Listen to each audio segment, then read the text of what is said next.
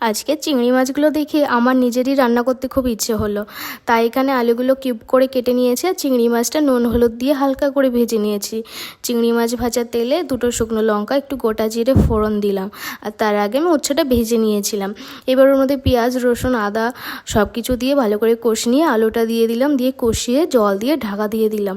তারপরে একটুখানি গুঁড়ো মশলা ছড়িয়ে দিয়ে ওপরে চিংড়ি মাছগুলো দিয়েছি, আর এদিকে ওরকম কষা কষা চিংড়ি মাছের ঝোল করেছিলাম। সবাই একেবারে চেটে পুটে খেয়েছে।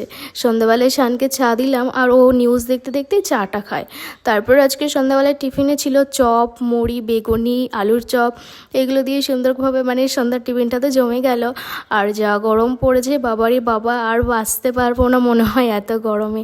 তো গরমের মধ্যে এইভাবেই দিন কাটাচ্ছি। তারপর একটুখানি 5 স্টার খাচ্ছিলাম।